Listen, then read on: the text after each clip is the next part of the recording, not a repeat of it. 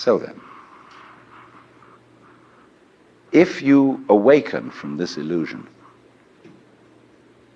and you understand that black implies white, self implies other, life implies death, or shall I say, death implies life,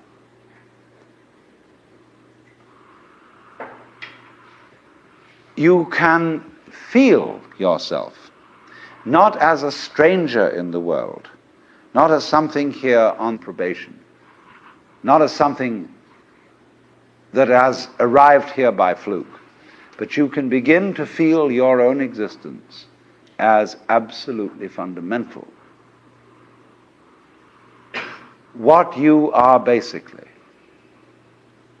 deep, deep down, far, far in,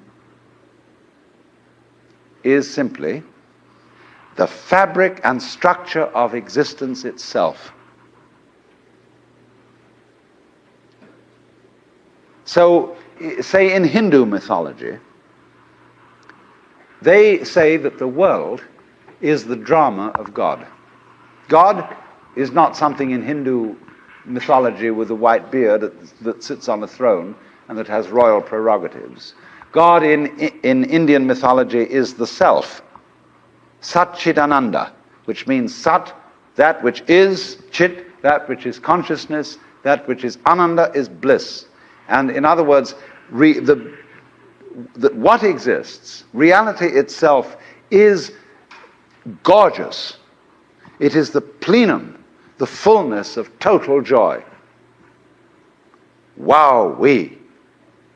And all those stars, if you look out in the sky, as a firework display like you see on the 4th of July, which is a great occasion for celebration. The universe is a celebration. It is a fireworks show to celebrate that existence is.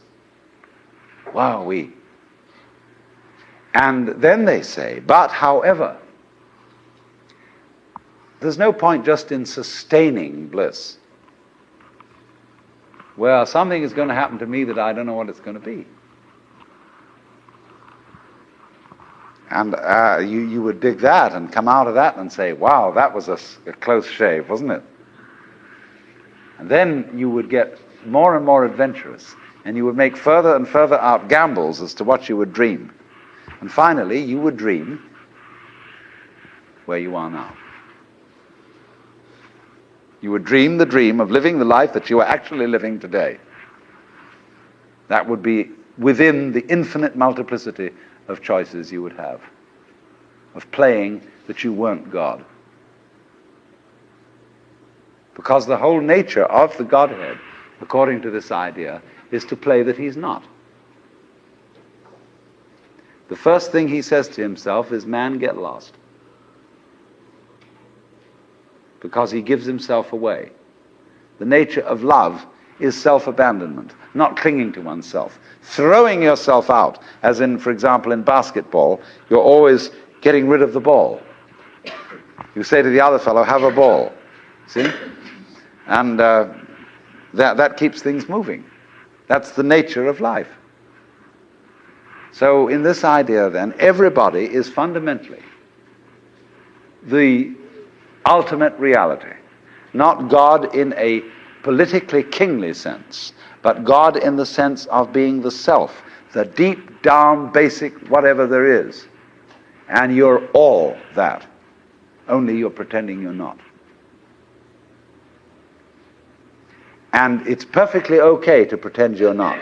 To be absolutely convinced, because this is the whole notion of drama. When you come into the theater, there is a proscenium arch and a stage, and down there is the audience. And everybody assumes their seats in the theater and are going to see a comedy, a tragedy, a thriller, or whatever it is. And they all know as they come in and pay their admissions that what is going to happen on the stage is not for real. But the actors have a conspiracy against this, because they're going to try and persuade the audience that what is happening on the stage is for real. They want to get everybody sitting on the edge of their chairs. They want to get you terrified or crying or laughing. Absolutely captivated by the drama. And if a skillful human actor can take in an audience and make people cry. Think what the cosmic actor can do. Why, he can take himself in completely. He can play so much for real that he really believes it is. Like you sitting in this room, you think you're really here. Why, you've persuaded yourself that way. You've acted it so damn well that you know this is the real world. But you're playing it. It's because the audience and the actor is one. Because behind the stage there's the green room. Off-scene, obscene, where the actors take off their masks. You know that the word person means mask?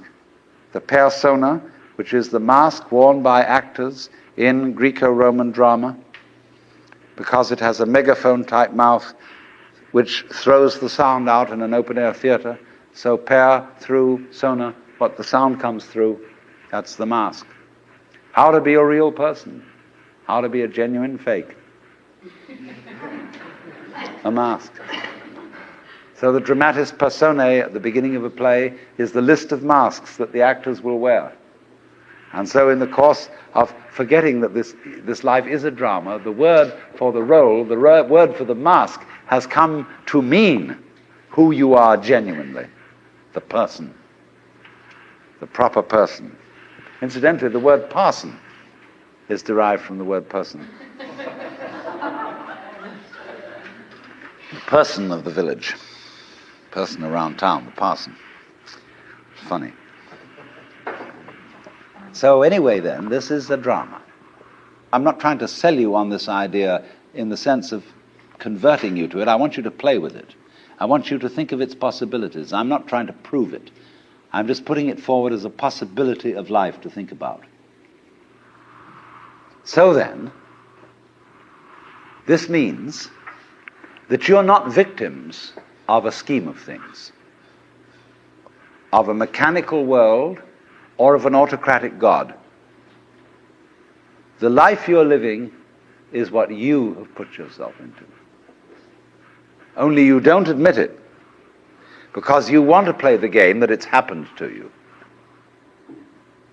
In other words, I got mixed up in this world. My parents, I had a father who got hot pants over a girl, and she was my mother.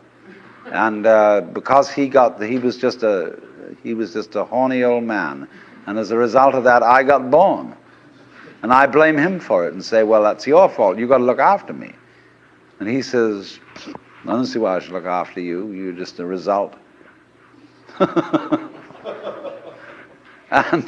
let's suppose we admit that I really wanted to get born, and that I was the ugly gleam in my father's eye when he approached my mother. That was me. I was desire. And I deliberately got involved in this thing. Look at it that way instead. And that even if I got myself into an awful mess, and I got born with syphilis and the Great Siberian Itch and tuberculosis and in a Nazi concentration camp, nevertheless, this was a game which was a very far-out play. It was a kind of cosmic masochism.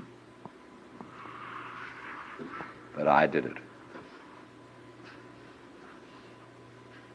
Isn't that an optimal game rule for life? Because if you play life on the supposition that you're a helpless little puppet that got involved, or if you play it on the supposition that it's a frightful, serious risk and that we really ought to do something about it and so on, it's a drag. There's no point in going on living unless we make the assumption that the situation of life is optimal. That really and truly we are all in a state of total bliss and delight. But we are going to pretend we aren't just for kicks. You play non-bliss in order to be able to experience bliss. And you can go as far out as non-bliss as you want to go. And when you wake up, it'll be great. You know, you can slam yourself on the head with a hammer because it's so nice when you stop. And it makes you realize, you see, how great things are when you forget that that's the way it is. And that's just like black and white. You don't know black unless you know white. You don't know white unless you know black. This is simply fundamental.